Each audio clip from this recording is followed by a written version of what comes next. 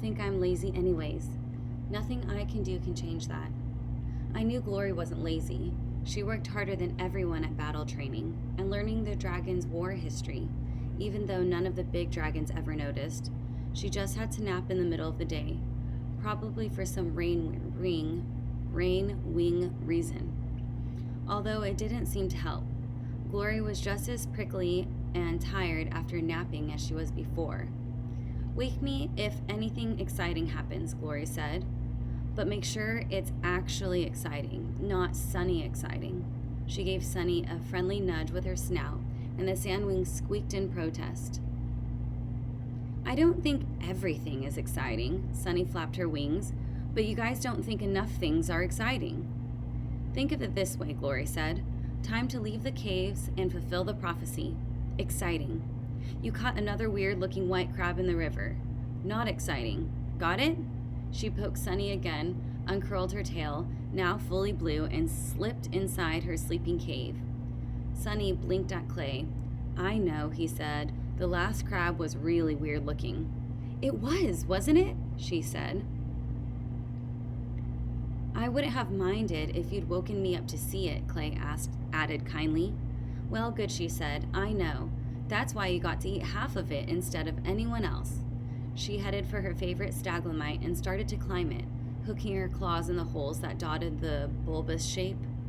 Clay clambered up the rocks beside her. Hey, Sunny, he said. What would you think about running away? She paused and looked at him with shocked green eyes. You mean leaving the caves? Without our guardians? Oh no, we couldn't. We have to do what the prophecy says. Do we? He asked. I mean, we do, he said quickly, as she nearly lost her grip on the stalagmite in surprise. But what if the Talons don't understand the prophecy any better than we do? Maybe we need to get out and stop the war on our own. Sunny settled on top of the stalagmite and coiled her tail around it, balancing on her back legs. She reached up toward the stalactites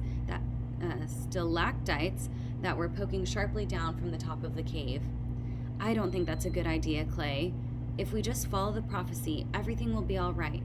Her claws battled at the tip of the lowest stalactite, but she was still too small to reach it. She sat back down with a frustrated sigh. Clay glanced at the soft blue glow coming from Glory's cave. Follow the prophecy. But he couldn't help thinking that a real prophecy would have included Glory. What if the prophecy was wrong? It seemed like a long time later when Starflight finally slunk back into the main hall with Moroseer close behind him. Clay couldn't tell whether Starflight had told Moroseer the truth, that he didn't have visions or read minds. He was just ordinary, like the rest of the dragonets, but who would be brave enough to tell Moroseer that? The enormous Nightwing slithered off to the Guardian's cave without a word to Sunny or Clay. Starflight glanced at them, then turned and headed for his sleeping cave. Clay hurried after him. What happened, he asked. What did he say to you? I'm not supposed to talk about it, Starflight said stiffly. He sat down in the middle of their cave, his wings askew behind him, and started poking through the scrolls on the floor. It's over here, Clay said, nudging a fat scroll with silver letters that had rolled under his sleeping ledge. Starflight hooked it over with one talon, tucked it under a wing, and carried it up to his ledge. He curled up with his tail draped over his nose and started reading. Wow, Clay said. So it was that bad? Tales of the Night Wings was Starflight's favorite scroll. He always read it when he was upset or fighting with one of the other dragonets. The tip of Starflight's tail twitched. I have a lot to learn, he said. But you already know everything, Clay said. You have to be the smartest dragonet in all of Pyria. Couldn't he tell that by reading your mind? Starflight didn't answer. I thought he liked you, Clay said. Surely he said something about what a great and noble dragon you must be because you're a Nightwing. A long, tired breath whooshed out of Starflight's snout. Yeah, he said, that's exactly what he told me, actually. Oh, Clay said. Well, that's good, isn't it? Did he say when you'll get your powers? Starflight fidgeted with the scroll, shredding a corner of it between his claws. Clay had never seen him upset enough to damage a scroll without noticing. He wished he could say something helpful, but he couldn't think of a single useful thing to say about night wings. At least you're not a rain wing, he tried. Did Moro Seer say anything about Glory? Starflight frowned at him over the edge of the rock. Not much, he said. Don't worry about the rain wing. I'll take care of it. Clay felt a cold chill climb up through the stone floor and spread through his scales. What does that mean? What's he going to do?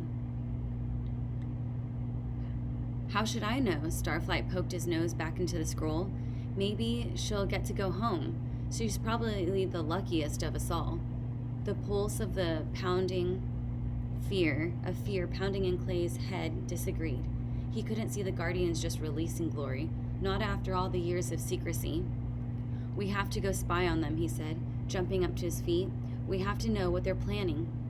He stopped halfway out of the cave and stamped one foot in frustration. No, we can't. Moro Seer will know we're there. Right, Starflight said. He'll hear you thinking all your big, loud, worried thoughts. I don't know that my thoughts are loud and worried, Clay said. Maybe they're quiet and very serene. Starflight snorted with amusement, the first half-beat sound he'd made since Moro Seer showed up. Even through his worry, Clay was pleased. What are you doing? Sunny's anxious voice echoed across the main hall. What's that for? The heavy tread of dragon footsteps reached their ears along with ominous clanking. Stop! Wait! You don't have to do that! Clay raced into the big cave with Starflight close behind him. He skidded to a halt, horrified.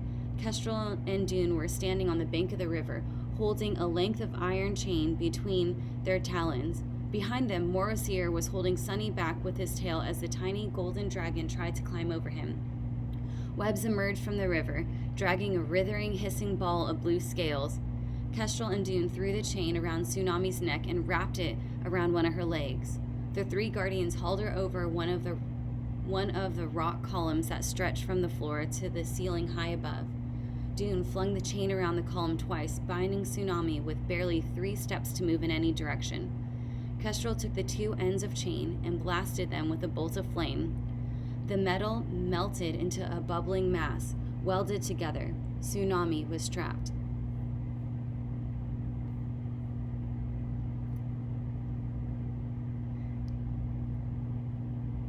Maybe sometime away from the river will teach you to be grateful for what you have, Kestrel growled. It all happened so fast. Clay didn't have time to figure out what was happening, let alone stop it. Before it was too late, he let out a yell of dismay and charged across the cavern. Let her go, he grabbed the chain and let go at once, hissing with pain at the searing heat. You'll regret this, Tsunami snarled. She clawed at the chain around her back leg, but pulling on it tight, the loop around her neck with a hiss. He stopped struggling. When we're free, when my family hears about this, when the rest of the world finds out how you treated the Dragonettes of Destiny, all your big dreams of your wonderful family, Kestrel mocked her, they don't care about you. When it's time to fulfill the prophecy, you'll be alive, and the Talons of Peace will have you, and that's all that matters. Why are you doing this? Sunny cried. Tsunami, that's a good one. She's wonderful. If anyone can save the world, it's her. Actually, Tiny Sandwing, Moro Seer rumbled, the Dragonette you should believe in is Starflight over there. He nodded at Starflight, still rooted in the place by the sleeping cave. Starflight ducked his head. Nightwings are natural leaders. You do what he says and you'll be all right. Clay glanced over at Starflight and saw Glory standing in the archway of her own sleeping cave. Moro Seer narrowed his eyes at her. I'll be back tomorrow, he said to the Guardians, to make sure that everything has been dealt with. We understand, Kestrel said. Together, she and Dune rolled the boulder aside. Moro Seer squeezed through the gap and disappeared into the blackness without a backward glance. This is for your own good, Webb said, stopping in front of Tsunami. She raked her talons at him, and he stepped back. We only want to keep you safe. Maybe this isn't the perfect way, but Dragonettes don't know what's best for them, Dune said as the boulder thudded back into place. You need us, whether you like it or not. You were all awful today, Kestrel said. No dinner for any of you. Go to bed, and I don't want to hear a squawk out of anyone until morning. Really? What else are you going to do to me? Tsunami challenged her. What if I feel like singing all night? She started howling in her off-key voice. Oh, the Dragonets are coming. They're coming to save the day. They're coming to fight, for they know what's right. The Dragonets, hooray. Your fault, Dune snarled at Webbs. I told you not to teach them that horrible bar song. Oh, the Dragonets are coming, Tsunami bellowed even louder. We have more chains, Kestrel yelled in her ear. We could throw one around your snout if you would like me to force you to be quiet. Tsunami paused, glaring at her mutinously, then took another breath in and opened her mouth. Or we could chain you up with one of your friends, Kestrel offered. Perhaps Clay would like to spend the night hanging from a stalactite, so you have some company out here. Clay shifted uneasily on his feet, wondering if there was anywhere he could hide out of Kestrel's reach before she could grab him. Tsunami snapped her jaws shut and lay down with her head turned away from all the dragons. Her gills fluttered furiously, but she kept quiet. Much better, Kestrel said. She stomped off in her tunnel, her red scales flaring brightly in the fire's reflection. Webbs followed her with his wet tail, leaving a darker trail behind them.